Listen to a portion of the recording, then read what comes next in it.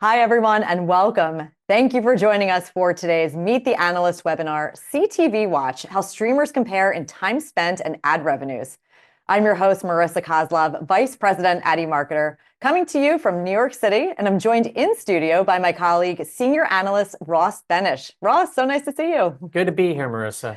Really happy you're with us today. And before we get into the main presentation, I'd like to thank Mountain for making today's webinar possible. And welcome Nicole Alfonso, Director of Inventory Partnerships. Nicole, really nice to have you with us. Thanks, Marissa. Great to be here. So a few things before we dive in. We are often asked in the chat about getting the slides and recording after the webinar. So the short answer is yes. You can feel free to sit back and enjoy the content today. You'll receive an email afterwards with all of the great information shared. Speaking of the chat, we'd love for you to engage with us throughout the show to hear your thoughts on CTV and any questions you may have. Just use that chat window on the right of your screen to submit questions at any time during the presentation. We will get to as many as we can during the Q&A later on. So with that, Ross, let's get started. All right, we got a lot to cover on the agenda, talking about time spent and CTV advertising. And I wanted to kick it off comparing those two things. So showing how each streaming service stacks up in the market in terms of time spent and ad revenues.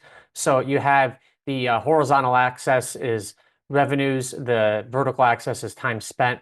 Time spent data comes from Nielsen. And what you're seeing here is that YouTube is really the leader in both categories. They account for about a fourth of time spent and a fourth of ad revenue. This is their gross ad revenues, by the way, so the total amount of spend coming into YouTube, not just the portion that Google keeps. And what really sticks out in this chart is that you have three services, really, YouTube, Hulu, Netflix, that are doing pretty significant time spent. Everyone else is in that lower left quadrant, fighting to gain about 5% of the market. So as much as Disney Plus has surged in this market and separated itself from like Max and Paramount Plus, it's much closer to those services in terms of ad revenue than it is to Hulu or YouTube.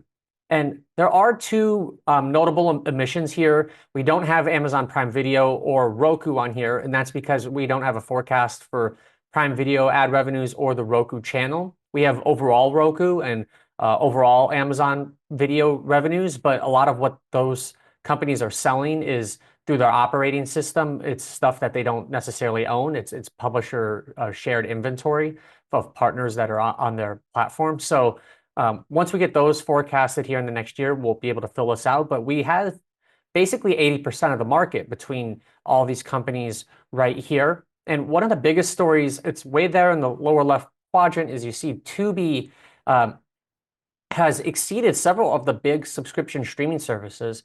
It's a free service owned by Fox, and its ad revenues are nearly equal that as Peacock. So, and it's surpassed Disney Plus and Max. So some of these free services are gaining traction, but they really are having trouble breaking out the way that Hulu and YouTube have. Netflix ad revenue is much less than its time spent would indicate, but that's because they have so many ad-free viewers. Less than 10% of Netflix viewers are ad-supported at the moment. Now, if we look at CTV and the whole market and not just by service, we see that it accounts for more time spent than its ad revenues would indicate otherwise. So its total share of time spent with media is just much greater than its total share of ad spending. That's due to low ad loads. CTV ad loads are under 10 minutes of ads per hour, whereas linear is more like 15 minutes of ads per hour. And there are a lot of viewers still on ad-free plans, especially those on Netflix. Now, this chart is just looking at the same thing that we looked at the last chart, but with linear TV. And linear TV still has more time spent than its share of time spent is still higher than its share of ad spending, but the gap isn't as big as it is in CTV. And linear TV is like the biggest time spent activity that we forecast. It accounts for nearly 1/4 of all time spent with media, but we track things concurrently. So most TV watching now is happening with a second screen. So like if you're watching MLB playoffs on TBS, but you're also scrolling through Facebook on your phone, we would count time spent with both of those activities. So TV may account for 1/4, but it's not undivided attention. A lot of that is co-viewing. So you can see here that even though streaming has made big gains in time spent, people are still spending more than 1 hour per day on traditional TV than they are with subscription streaming services. Now, subscription streaming has passed social media, it's passed gaming and digital audio. Almost 2 hours per day across the general population is a ton of time spent. You really see how traditional TV, which has been an anchor for media plans, continues to weigh heavily on how consumers are spending their time, especially older consumers. Now here we're just giving some more context on how big YouTube has gotten. In that first slide, I showed how YouTube is the leader in time spent and in ad revenue. You could also say the same in viewers. YouTube has more viewers than linear TV or than social media at this point. And this is just the YouTube main app. YouTube also has the live TV service, YouTube TV, and that's on pace to become the largest pay TV operator in a few years. Right now, I believe it is third. So YouTube has disrupted the TV market. It's bigger than everyone else, and it's also now going to be the largest pay TV operator. Now, a lot of YouTube time is still happening on mobile phones. So CTV isn't the primary device that most of this viewing is occurring, but the share that goes to CTV is way higher than it was a few years ago, and it's significantly above desktop. It's just kind of right below mobile at the moment. So YouTube's gained so much time spent, so much usage, they actually consistently outrank any other media company when Nielsen publishes their total time spent with TV. So what we're looking at here is across an entire company, the total time spent with linear TV and streaming combined.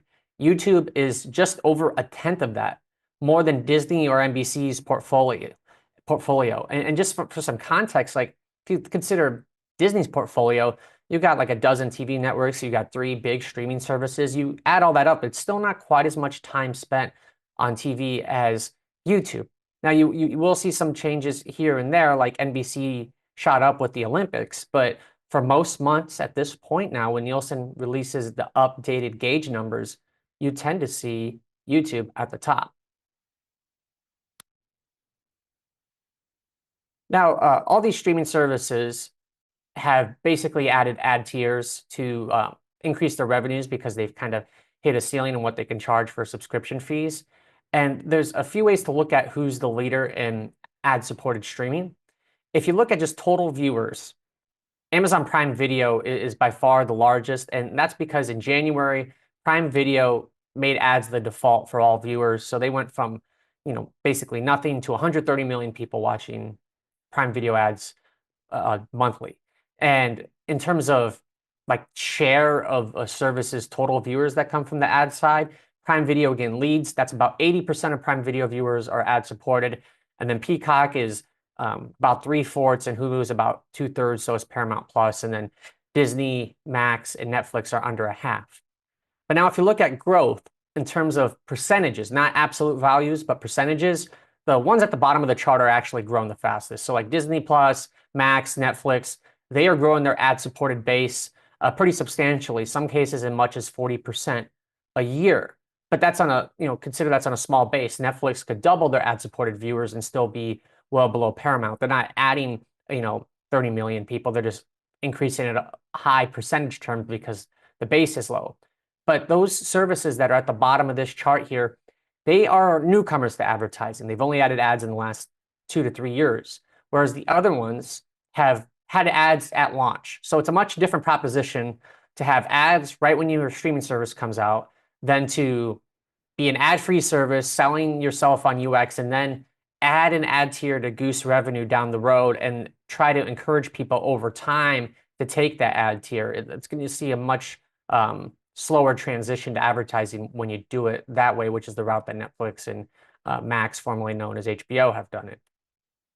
Now, this slide just gives a little more context on where these services all sit relative to each other in time spent and in terms of advertising. And so you'll see Netflix, the way they're using their ad tier is a lot less aggressively than the way Peacock is. So Netflix, 1/3 of all time spent with subscription streaming, less than 1/10 of the ad revenue. Peacock is its share of ad spending is about 3 times its share of time spent. So Peacock is, almost entirely reliant upon an ad tier, whereas Netflix really isn't much at all. And these services have had various success in monetizing that ad tier. So Netflix doesn't have a ton of ad-supported viewers, but when it does get them, it monetizes them very effectively.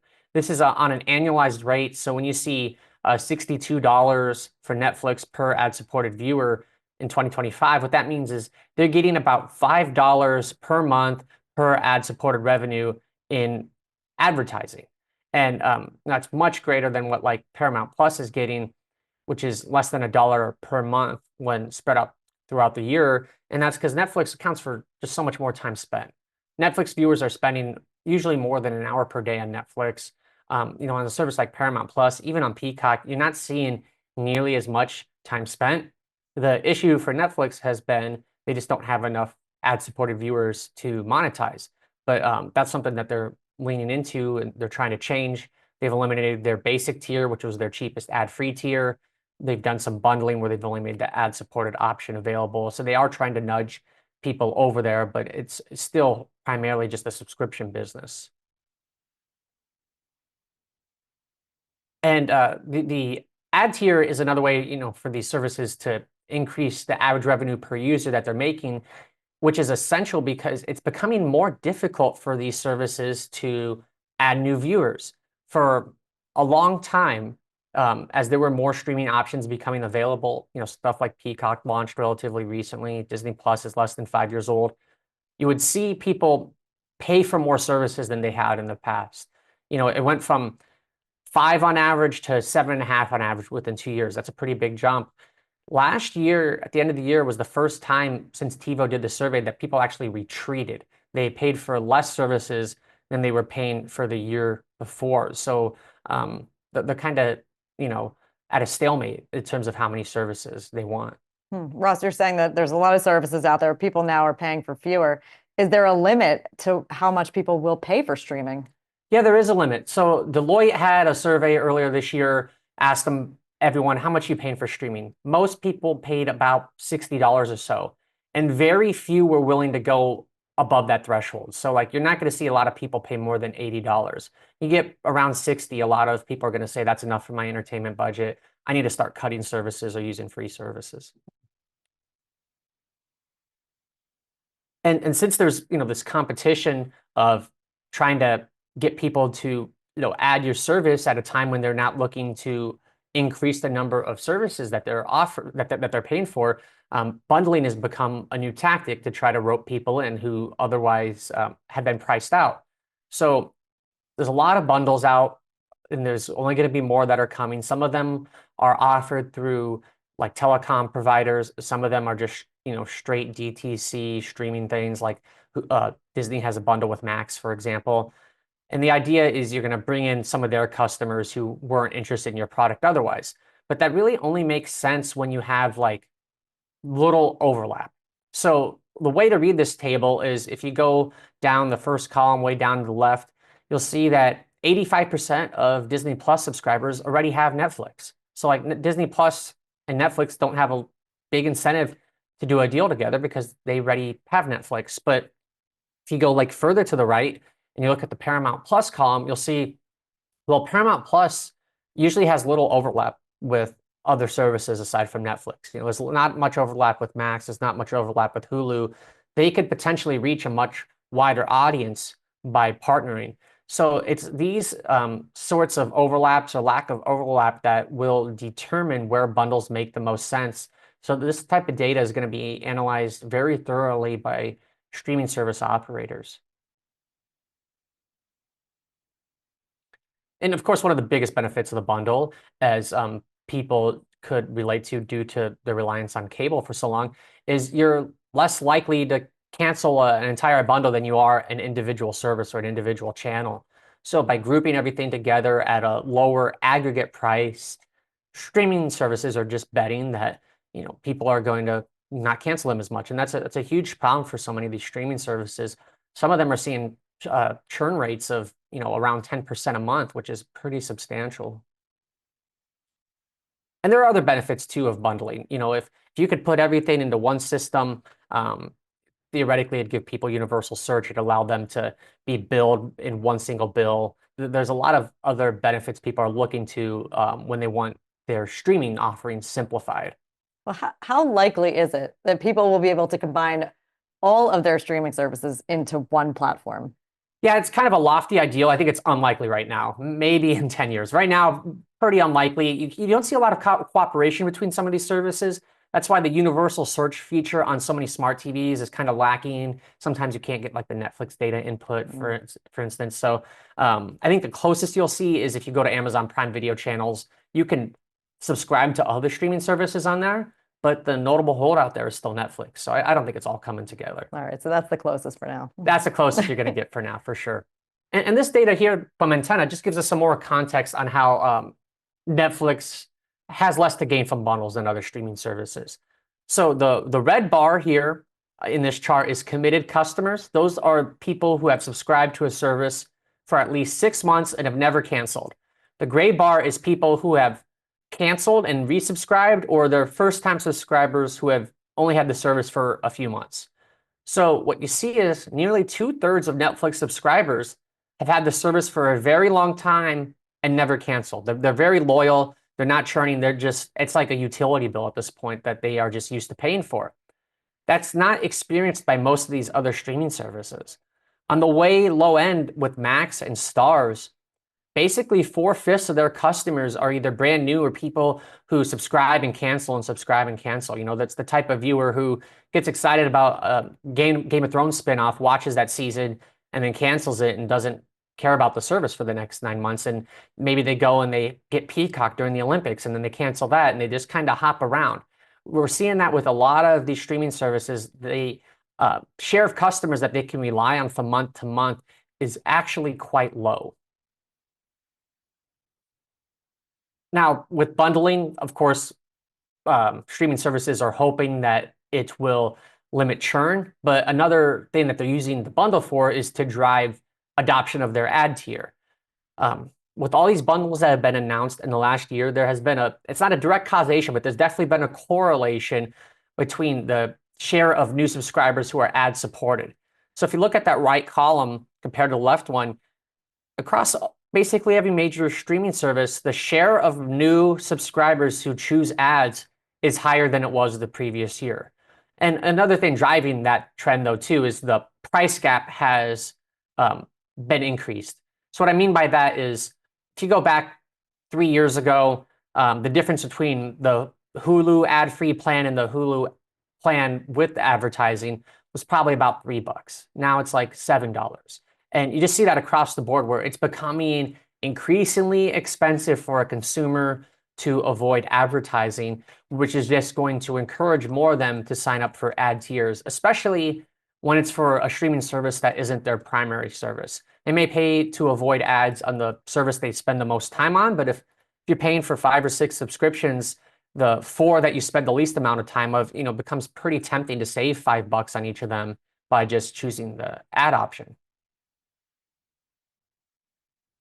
And this data here is from LG Ad Solutions, and it just kind of gives more context of what I was saying earlier about there's as much cancellation as there is signups right now. So when you look at a whole year of how many people signed up for given streaming services or signed up for streaming services in aggregate, the cancellations are basically on par with the new additions. So there's not a lot of net gains. There's just movement from month to month from one service to another. You may see across the country, on average, people subscribe to 2 new streaming services. You'll see they also canceled 2.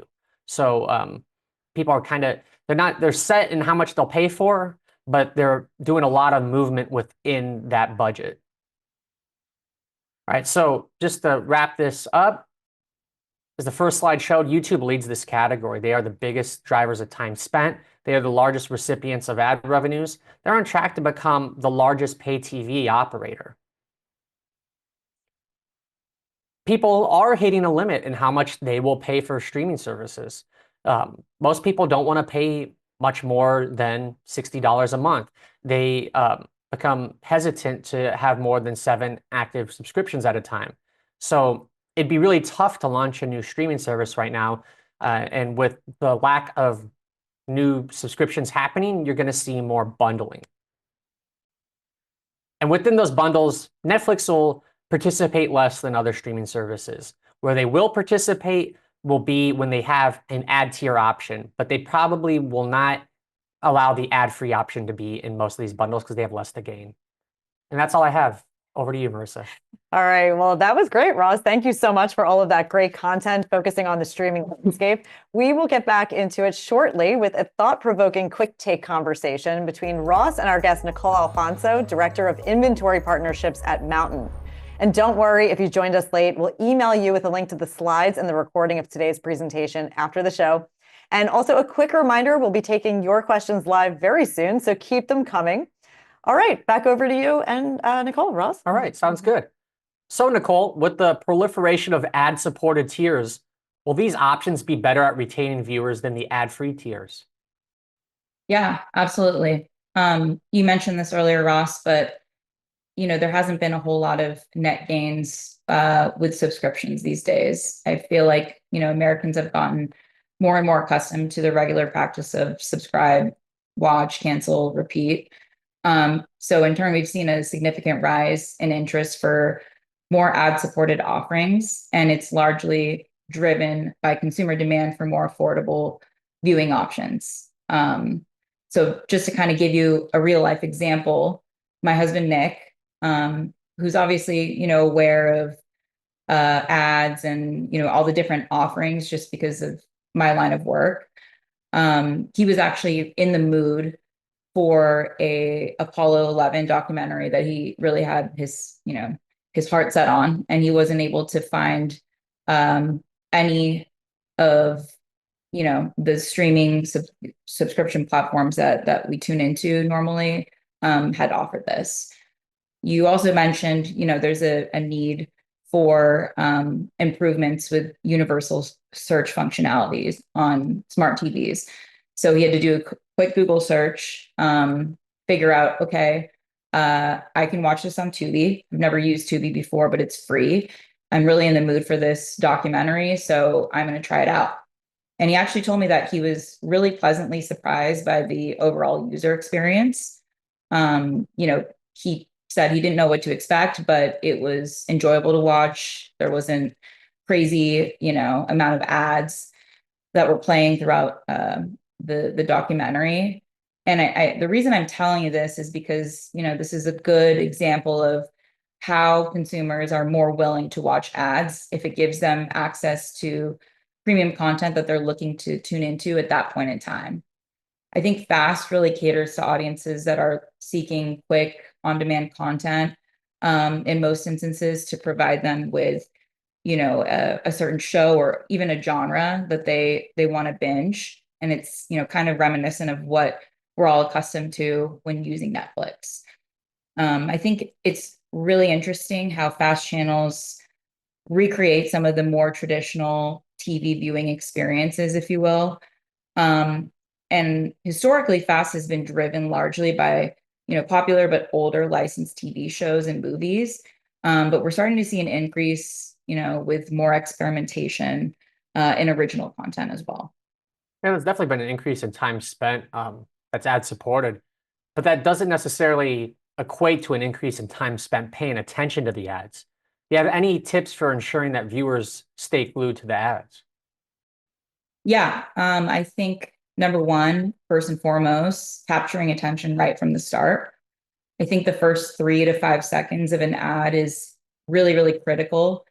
Just thinking about how society has evolved to having much shorter attention spans. And, we crave more short form video content, with the widespread adoption of TikTok and, bite-sized kind of snackable content, if you will, through YouTube.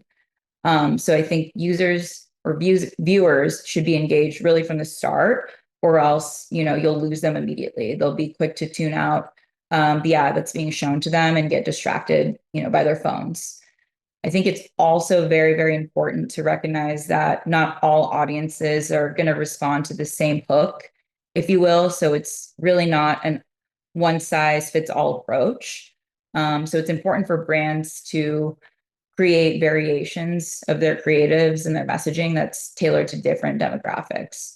The way that you're, trying to capture the attention of a Gen Zer versus Gen X, this is going to be completely different.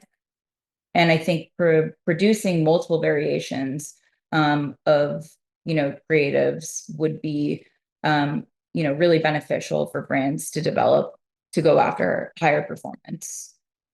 How often do you think that that creative should be refreshed? Yeah, I mean, if you are talking about like an evergreen campaign that's, running on a monthly continuous basis, I would recommend refreshing that creative every 2 to 3 months. Whereas, more seasonal, short-term flighted campaign, that would benefit from more regular updates. So, data that we've looked at historically tied to performance tells us every 10 to 20 days is most optimal. Okay. And there's a lot of concern about fragmentation with how many stream platforms are out there. What's your perspective on this fragmentation, and are there any other steps that brands can take to avoid those pitfalls? Yeah, I mean, fragmentation is definitely a challenge. It's something that we're seeing more of as new platforms and channels continue to emerge, each one offering unique content. So there's pros and cons. I think, pro on the plus side, this gives advertisers more opportunities to align with premium content across, a wide array, diverse set of platforms. However, the downside is that audiences are spread really, really thin these days across these various services, which can make it difficult for brands to really build brand awareness and target at scale. All of that being said, I think that CTV has really proven itself to emerge as a performance marketing channel, very much like search and social. And the key to overcoming fragmentation is to really take an audience first approach. So rather than focusing on, what individual streaming networks or platforms you want to serve on, we recommend for our brands to focus more on what audience are you going after? The desired audience to get you the performance that you're looking for. And by targeting audiences using household IPs, you're ensuring that your ads reach the right people, regardless of which service or device they're tuning into. At Mountain, we've actually gone a step further with this with our tool, Mountain Matched, and our tech allows brands to build keyword-based audience segments for CTV. With so many ad platforms now, what does this mean for ad fatigue? Yeah, great question. It may seem like, more ads translate to more ad fatigue, but I don't think that is the case. I think there's two ways ultimately to combat against ad fatigue. The first one is frequency. So we've all had, the same experience at some point, seeing the same ad over and over again. And not only is it, very annoying, but it can actually turn viewers off from your brand entirely. And, for the brands, this is something that's, leading to wasted media spend or budget and poor campaign performance. So it's the reverse effect. I think the right platform like Mountain can help you automate frequency controls to make sure that your ad isn't being shown too many times to the same viewers. But even with the right frequency controls in place, creative fatigue is also another risk. So creative fatigue will eventually set in if your ad runs for too long without any updates. And that's why we recommend, doing creative refreshes, updating visuals, messaging, or even something as simple as changing out the call to action just to keep your campaigns fresh and engaging for audiences. All right, that's all we got time for. It's back to you, Marissa. All right. Well, thank you both, Ross and Nicole. That was a really great conversation. I really enjoyed listening to you both, talking about the streaming landscape, thinking about ad fatigue, refreshing the creative. Shared some really great insights there. But we do have some questions. The audience has been very engaged with us throughout our time today. We have a number of questions that have come in. So thank you to our audience. let's get to it. Ready? All right, I'm ready. All right. So the first one is, do streaming services see their viewership change a lot throughout the year due to seasonality? Well, the services that are sports reliant do, like Peacock saw a big surge in August and September due to the Olympics, but like I don't think Netflix sees that quite as much. I mean, Nicole, do you have a take on that? So two things come to mind, just kind of looking at historical data as well as, trends that we're seeing today. Whenever there's an election year, more and more audiences are tuning into more news networks. So that's, inclusive of obviously, Fox News or CNN, but also interestingly, we see an increase in local news viewership as well. I think something else that comes to mind is, holiday season. I'm a Hallmark Lifetime gal. I love to tune into those feel-good holiday movies. And we see that reflected in the performance reporting and insights that we pull for December. Yeah, those are great points and very timely, Nicole, for where we are right now with the election less than a month away and the holidays just under 2 months away. We certainly are seeing that as well. It's funny that you bring up sports. We actually had a number of questions asked about sports, so let's dive into some of those. Ross, how impactful is adding live sports events to streaming platforms for subscriber growth? Oh, it's really impactful. I don't have the number memorized right now, but like after Peacock did that playoff exclusive game last year between the Chiefs and Dolphins, they saw a huge bump in subscribers, several million, and I think about 2/3 of them stayed on after a month. So they actually did get some pullover effect. They didn't just cancel right after the game. So live sports is definitely one of those things that will pull in someone who's curious. Very, very much so. And this actually ties into another question from one of our viewers who asked about sports rights. How has that really changed the streaming landscape? Well, so sports rights have gotten prohibitively expensive. They've basically doubled over the last 10 years or so. If you look at data from S&P, those who can afford it will continue to pay for them and maybe use them even as a loss leader. So Amazon was one of 3 companies that just got NBA rights for the next 10 years, along with NBC and Disney. And I don't expect Amazon to make enough in subscription fees or advertising revenues to pay for the billions of dollars that they just shelled out. But it brings over a bunch of viewers. It gets advertisers accustomed to spending money with them. It's a way to make their brand pop a little bit. But as those sports rights have gotten so expensive, on the flip side of that, TNT wasn't able to renew after having the NBA for decades. Yeah, that has been such a long-standing partnership that now is moving elsewhere due to those rights. While not necessarily sports related, just in general, how impactful is adding live linear channels or events to streaming platforms, and how will that impact subscriber growth? Well, a lot of those linear channels are kind of, it depends what you mean by linear, because some of them are just running 24/7 and they're not really live. I don't know if those do a lot for revenue. But when there are channels that are unique to that individual streaming service, I would say it's additive, but I don't think it's really driving the needle. And that's part of the reason why I think Tubi has surged so much, while Pluto TV has kind of stagnated in terms of its ad revenue and time spent. Tubi is an on-demand service for the most part. They offer live channels. That's not how most people use it. Pluto TV is mostly used for live channels. And I think sometimes that's a tougher sell to get people in consistently. But the live channels will certainly be impactful here with the news and the election coming up. But throughout the course of the year, I still think on demand is more so where the time spent comes from. Interesting. Nicole, any thoughts from you on live? I know you talked about seasonal content, but anything with live? Yeah, I mean, I agree with Ross's comments. I think that just looking at it from the FAST platform perspective, the way to get streamers in or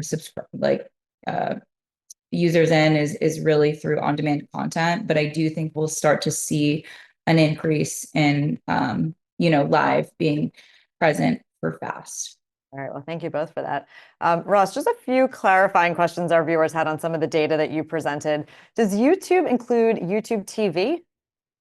So in that first chart, YouTube did not include YouTube TV. Okay. That was time spent and ad revenues for the YouTube main app. I did have a bullet on there on YouTube TV, just kind of showing that like this other product is, really successful in its field, but our YouTube numbers there did not include YouTube TV, and the Nielsen chart did not include YouTube TV either. Okay, thank you. And another clarifying question: is the YouTube viewing short form video plus long form video? Does it include the whole universe? Yeah, it's the whole universe. Okay. Yep. All right, great. You also mentioned that I think you and I chatted a bit during your presentation about the number of services, what consumers are willing to pay. So is there, if consumers are paying less, do you know if and where they're reallocating those dollars? Oh, if they are cutting out money, well, hopefully to their family. Everything's expensive. Inflation's been tough the last few years, even though it's slowed down now. Movie going picked up a little bit, at least compared to its depths. It's not where it was in 2019, but theater is better than it was in 2020 or 2021. So there's certainly some going there. And I would say there's more, the terrible acronym, I believe, is PVOD, but like when you're purchasing a video that's like a new movie that just came out, but it's not on the subscription streaming service, like the ones that you have to pay $20 a month, $20 to watch on Amazon. Right. I think some of that money's going there too. So that's a good point. So they're still using it to maybe still watch think other content, exactly. but it just might not be for that subscription fee. Yeah. Interesting. All right, thank you for that. Well, as people spend more time on streaming, have ad prices changed? Yeah, so ad prices are down for streaming relative to where they were a year ago. The biggest factor of that is there's just more ad supply. Prime Video putting ads as the default really flooded the market with more inventory, which in turn lowered the price for everyone. Okay, thank you for that. And then what share of streaming revenues are coming from advertising? So it varies per service, clearly. Like Netflix is almost entirely subscription fees and very little advertising. Probably 15 times the amount of the subscription fees are 15 times what their ad revenues are. But for the whole market, it's about 1/3 ad revenues, 2/3 subscription revenues. But the ad share is like incrementally gaining each year. Well, speaking of advertising, how can advertisers streamline their spending across these streaming services? Well, Nicole might have something to say on that, but buying broadly and programmatically could make it more efficient going through like an external vendor, but you'd have less control over placement than if you went straight to the publisher. Okay. Nicole, any thoughts on that one? Yeah, I think, brands partnering with a trusted CTV, premium platform partner like Mountain, you're able to access a ton of, high quality, top performing inventory on, networks like Max or ESPN, Peacock. And also, making sure that trusted platform partner gives you more transparency on where exactly your ads are running, and being able to track performance in real time. So, we obviously talked about how audience targeting is extremely important. Just, going after performance and seeing, which audiences you want to target across all streaming platforms. Thank you. Thank you both for weighing in on that one. Ross, one part of your presentation talked a little bit about some of those platforms where ads were turned on right away, some where they brought on ads later. So have ad-supported plans impacted overall engagement on streaming services, and has this translated to higher churn rates? We haven't seen the time spent. That's a good question, and probably it will eventually, especially if the ad loads go way up. Amazon in particular kept ads at just a few minutes per hour, though they have indicated they're going to grow those ad loads. If the ad loads are pretty small, you won't see much impact. And so far we have it because we have continued to raise our time spent with CTV figures. What was the second part of the question? Oh, let me get right to that. No problem. Have ad-supported plans overall impacted engagement on streaming services, and has this translated to higher churn rates? Oh, the churn rates are pretty high industry-wide. I don't know if that's causation from the ad plan, but they are quite high. But I would say the prices going up has increased churn rates too. Subscription services just cost more than they did a few years ago, and the prices have risen well above inflation. Right. Okay. Well, thank you for that take on that one.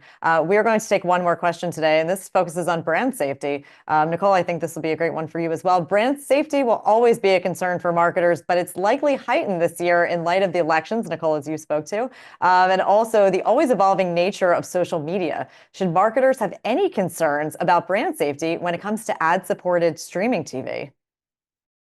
Yeah, I think that one of the biggest advantages, in my opinion, that CTV has, if you're, doing it the right way with a trusted partner such as Mountain, the advantage that CTV has over other digital advertising mediums like social is its inherent brand safety. So I can elaborate a bit more. Unlike social media, where your ad may run alongside user-generated content that could be looked at as controversial or divisive, CTV, when running with premium partners and premium networks, really ensures that you're delivering ads on, top tier content. And I would say that, when you are able to see where you're running, which networks, what's performing, getting that level of transparency allows you to, ensure that your brand is always running in a safe environment. Coupled with precision audience targeting, you're able to reach your audiences, the right audiences at the right time, across, premium inventory. Okay, well, that is all we have time for today. Ross, Nicole, thank you both so much for being with us today, for sharing so many of these great insights. It was a great conversation between the two of you. And then, of course, thank you so much for answering all of those audience questions. So appreciate you both being here today. Well, thanks, Marissa. Thanks, Marissa. I'd also like to extend a big thank you to the team at Mountain and our eMarketer Studio team behind the scenes for making this webinar possible. So as we wrap up, let me just take a moment to tell you what's happening here at eMarketer. Mark your calendars. The eMarketer Summit is back on Friday, November 1st. Our analysts will unpack the top trends for 2025. And there will also be live panels with marketers from PepsiCo, Therabody, Eli Lilly, the IAB, and more. Registration is open on our events page at emarketer.com/events. And while you're on that page, you can also register for more webinars like this one today. Don't forget to tune into Behind the Numbers, eMarketer's daily podcast, which is available anywhere you listen to podcasts, and also sign up for our newsletters. Keep an eye on your email for the link to today's playback. And of course, feel free to contact us if you have any other questions. Thank you all so much for joining us, and enjoy your day.